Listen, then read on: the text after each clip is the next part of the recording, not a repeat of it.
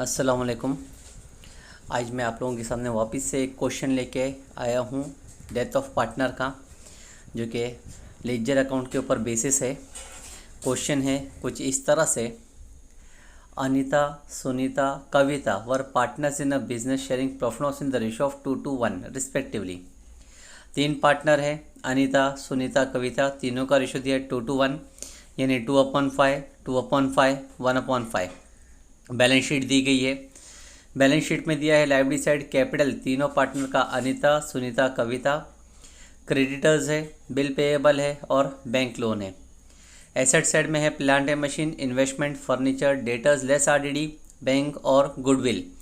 यहाँ क्वेश्चन में goodwill already book में दिया गया है, ठीक है। On 1 July 19 Kavita died on and the following adjustment were made. 1 जुलाई को कविता पार्टनर की डेथ हो रही है। अगर आप लोग यहीं पर कंपेयर करके देखें तो मार्च में ईयर एंड हुआ था और डेथ हो रही है 1 जुलाई को, यानी कि पार्टनरशिप में ये पार्टनर 3 महीने है, अप्रैल, मई, जून। तो प्रॉफिट एंड लॉस सस्पेंस इसको देना पड़ेगा 3 महीने का।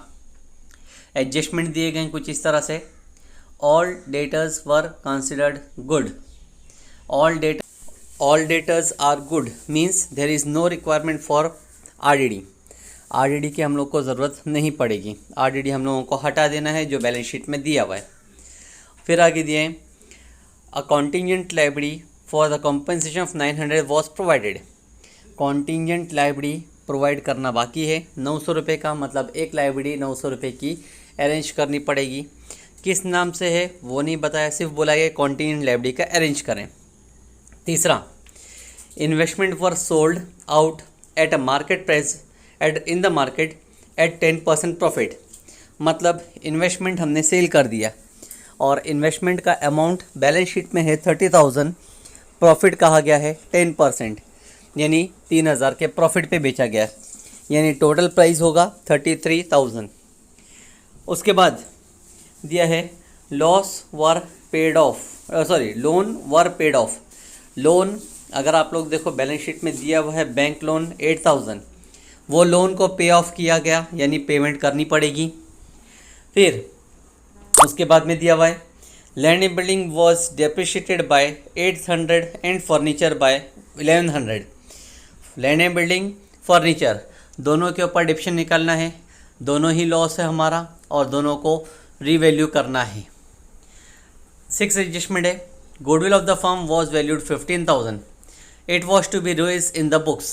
गुडविल 15,000 करने का है। आप लोग देखोगे तो पुरानी बैलेंस शीट में गुडविल का अमाउंट दिया 10,000, अब 15,000 करना है, मतलब 5,000 का वैल्यू रेस करना पड़ेगा।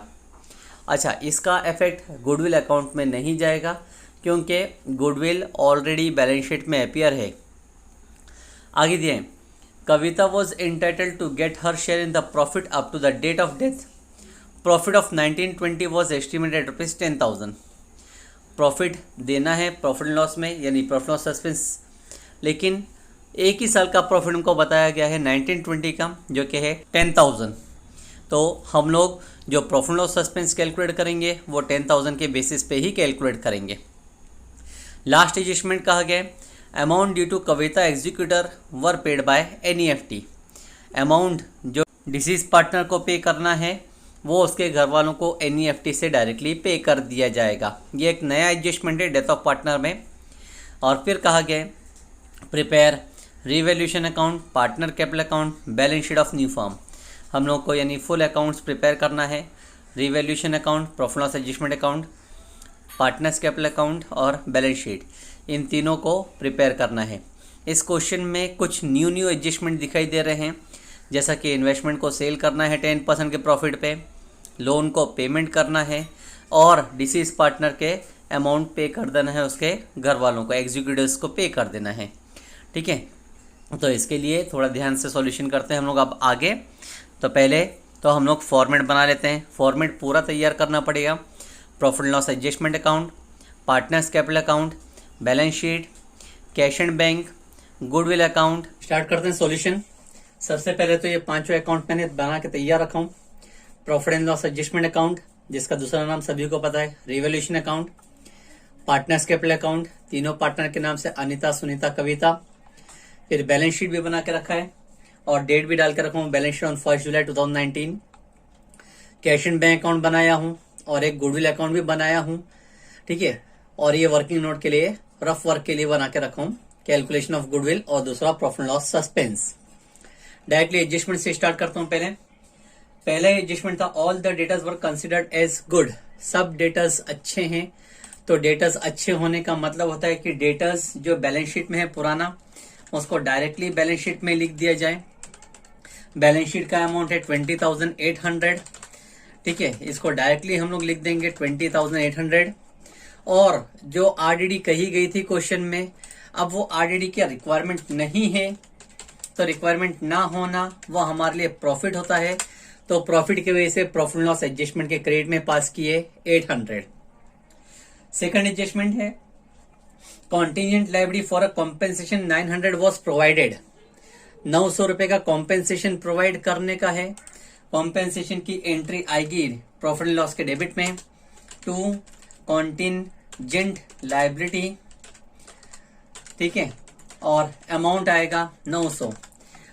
प्रोवाइड करना बाकी है, प्रोवाइड करना बाकी है तो हम लोग को लायबिलिटीज में लिखना पड़ेगा आउटस्टैंडिंग कॉन्टीजेंट लायबिलिटी, और अमाउंट लिखेंगे 900 जो कि आउटस्टैंडिंग था। सेकंड एडजस्टमेंट भी कंप्लीट हुआ। अब हम जाएंगे थर्ड एडजस्टमेंट पे। Investment were sold out in market at 10% profit. Investment को 10% के प्रॉफिट पे बेचा गया। तो पहले इन्वेस्टमेंट लिखते हैं, इन्वेस्टमेंट जिसका अमाउंट था 30,000। अब प्रॉफिट है तो पहले प्लस कर लेता हूं, प्लस एप्रिसिएशन, एप्रिसिएशन हुआ है 10% का, 10%, और 10% जब निकालें तो वो होता है 3,000। तो टोटल वैल्यू हो गई 33,000। अब इसको सेल कर दिया गया है, तो सेल करने का इफेक्ट हम लोग लिखेंगे माइनस सेल, और अमाउंट आएगा टोटल वैल्यू 33,000। तो बैलेंस शीट में न्यू वैल्यू बचेगी 0, ठीक है। अभी 3,000 रुपए का पहले वैल्यू बढ़ी है और फिर बाद में बेचा है। 3,000 रुपए का प्रॉफिट हुआ है, फिर बेच दिए, तो दोनों का सेकंड इफेक्ट आएगा। पहले एप्रिसिएशन होने का प्रॉफिट लॉस एडजस्टमेंट के क्रेडिट में बाय इन्वेस्टमेंट अकाउंट, अमाउंट 3,000 जो वैल्यू एप्रिशिएट हुआ है वो। और जब सेल कर देते हैं इन्वेस्टमेंट, तो हम लोग यहाँ पे लिख के रखते हैं ब्रैकेट में कैश एंड बैंक, यानी ये जो पैसा आया है ये या तो कैश या तो बैंक अकाउंट में आया है। तो इसका इफेक्ट कैश एंड बैंक के डेबिट में लिखेंगे टू सेल ऑफ इन्वेस्टमेंट, और अमाउंट लिखूंगा 33,000। ये एक नया एडजस्टमेंट था जो कि ध्यान से करना होगा। इन्वेस्टमेंट 30,000 का था, मैंने यहाँ पे बैलेंस शीट में लिखा इन्वेस्टमेंट 30,000। सेल करना है 10% के प्रॉफिट पे, तो पहले 10% प्रॉफिट एडअप कर दिया 3,000, वैल्यू हो गई 33,000, और फिर उसको सेल कर दिया। दो इफेक्ट पास होंगे, पहले एप्रिसिएशन का प्रॉफिट लॉस एडजस्टमेंट के क्रेडिट में आएगा, और फिर जो सेल कर रहे हैं 33,000 में, उसका इफेक्ट आएगा कैश एंड बैंक अकाउंट के डेबिट में सेल ऑफ इन्वेस्टमेंट। ये रैंडमली बहुत कम एडजस्टमेंट में होता है ऐसा, लेकिन हो सकता है। आगे दिया है loan were paid of, loan को पे ऑफ किया गया। लोन अगर आप देखेंगे तो बैलेंस शीट में दिया हुआ था बैंक लोन, तो वैसे लिखता हूं बैंक लोन। फर्स्ट कॉलम में अमाउंट है 8,000। पे करना है, पे करने का मतलब होता है माइनस रिड्यूस हो जाएगा, माइनस पेड ऑफ। कोई अमाउंट बोला नहीं कि कितना पे ऑफ किया गया, तो हम लोग एज्यूम करेंगे पूरा 8,000 पे कर दिया गया। तो जब पूरा 8,000 पे कर दिया गया तो बचा 0। अब लोन का पे किया गया है, पे करने का मतलब पैसा गया, तो कैश एंड बैंक के क्रेडिट में लिखेंगे बाय लोन पेड, और अमाउंट लिखेंगे 8,000। जितना लोन आया था 8,000 का, वो पूरा पे कर दिया गया है, ठीक है। अब ये दोनों एडजस्टमेंट न्यू है कैश एंड बैंक से रिलेटेड। नेक्स्ट एडजस्टमेंट में जाते हैं। Land and building were depreciated by 800 and furniture by 1100। दो चीज के ऊपर डेप्शन है। लैंड एंड बिल्डिंग लिखूंगा लैंड एंड बिल्डिंग, जिसका अमाउंट लैंड एंड बिल्डिंग का अगर देखेंगे तो अमाउंट नहीं दिया हुआ है लैंड इन बिल्डिंग का, लेकिन बैलेंस शीट में एक दूसरा नाम है जो कि है प्लांट एंड बिल्डिंग।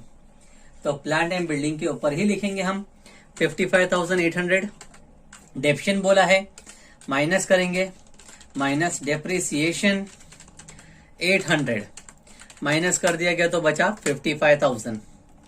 डेप्शन का सेकंड इफेक्ट आता है डेबिट में टू लैंड एंड बिल्डिंग, और अमाउंट लिखेंगे जो रिड्यूस हुआ 800।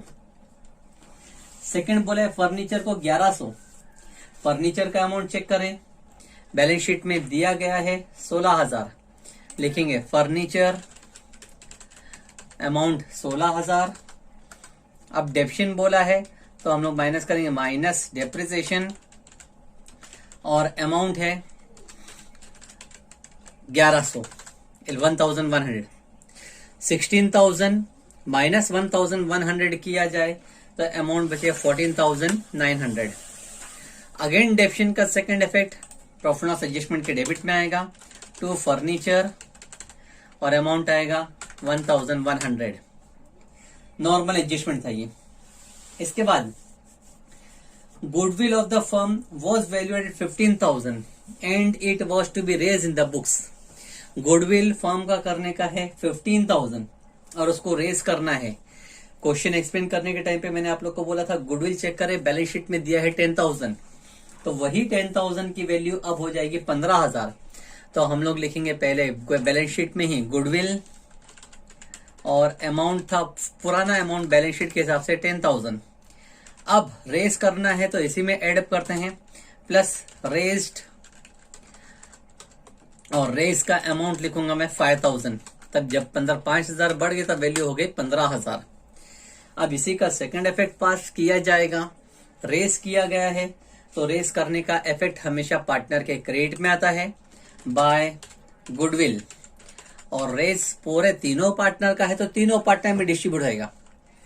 रेस किया था मैंने, प्लस किया था 5,000, तो 5,000 का ही डिस्ट्रीब्यूशन होगा रेशो में।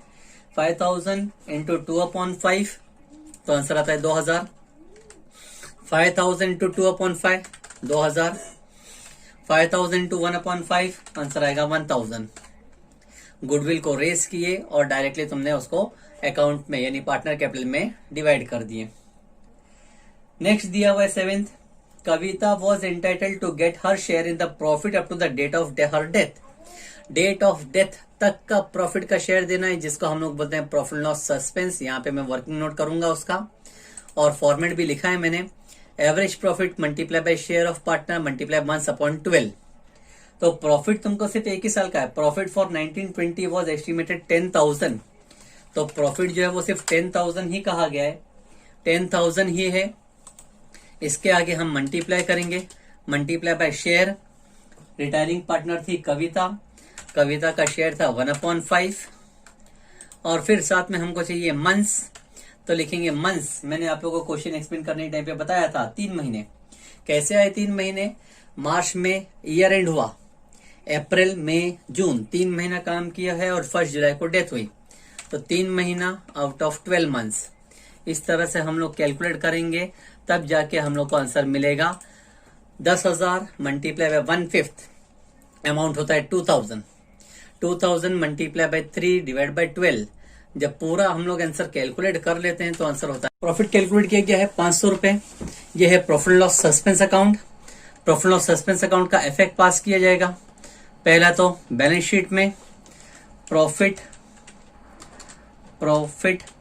एंड लॉस सस्पेंस अमाउंट आएगा 500, और उसी तरह से सेकंड इफेक्ट आएगा पार्टनर कैपिटल के क्रेडिट में by profit and loss suspense.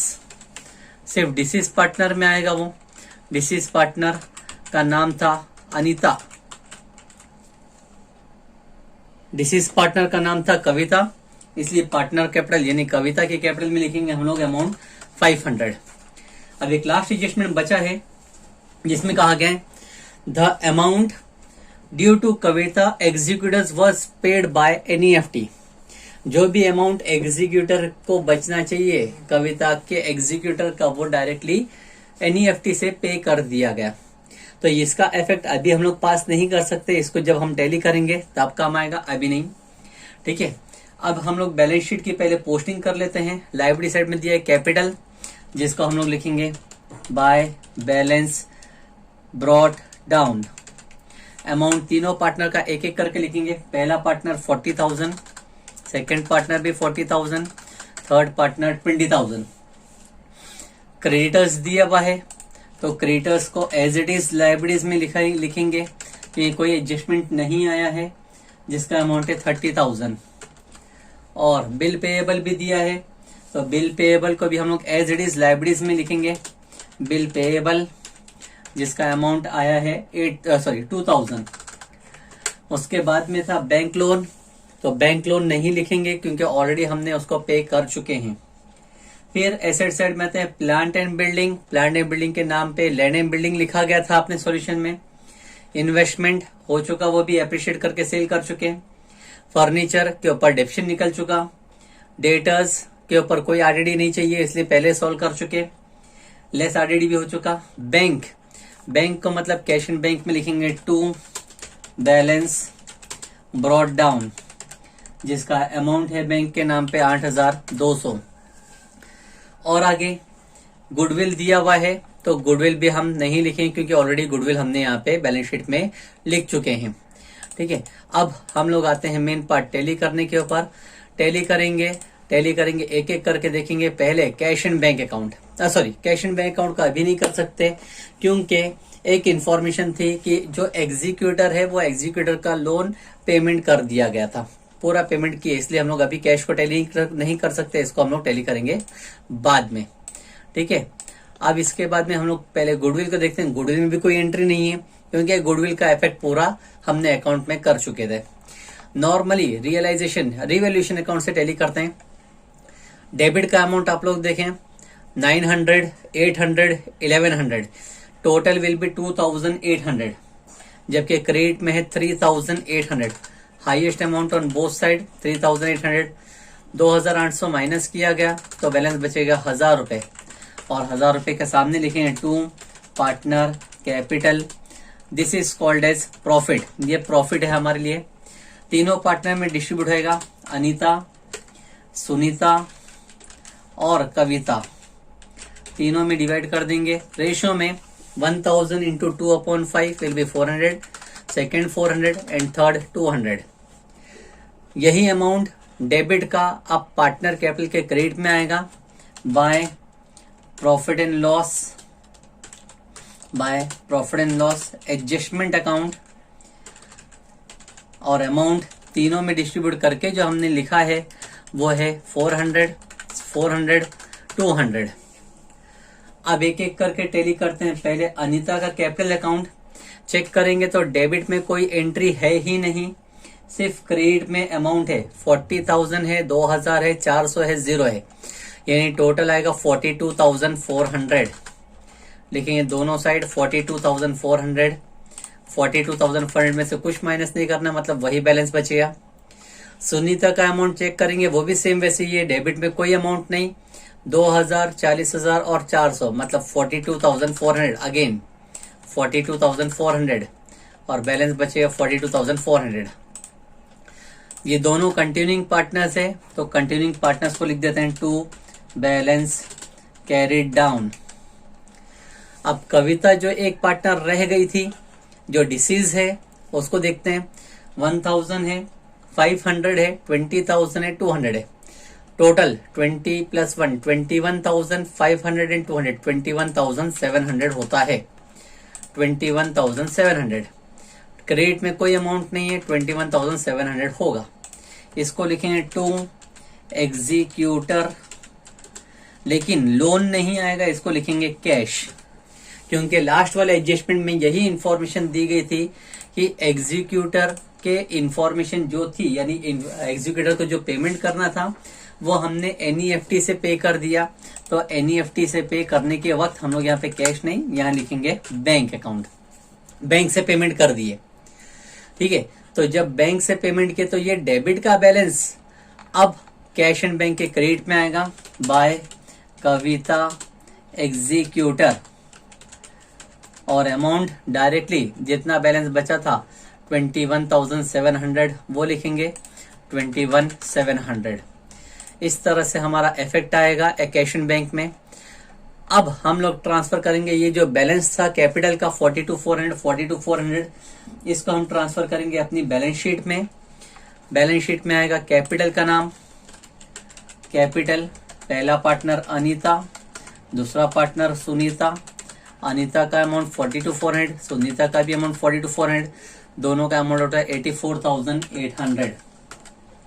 ठीक है, इस तरह से हमने कैपिटल का पोस्टिंग जो बैलेंस था कंटिन्यूइंग पार्टनर्स का लाइबिलिटीज में डाल दिया, और जो पार्टनर एग्जीक्यूट हुआ था जिसकी डेथ हो चुकी थी उसके बैलेंस को हमने लोन में नहीं डाले, उसको पेमेंट कर दिया बाय एनईएफटी, तो उसका अमाउंट आएगा बैंक अकाउंट में। अब हम बैलेंस शीट टैली करने से पहले बैंक को टैली करते हैं।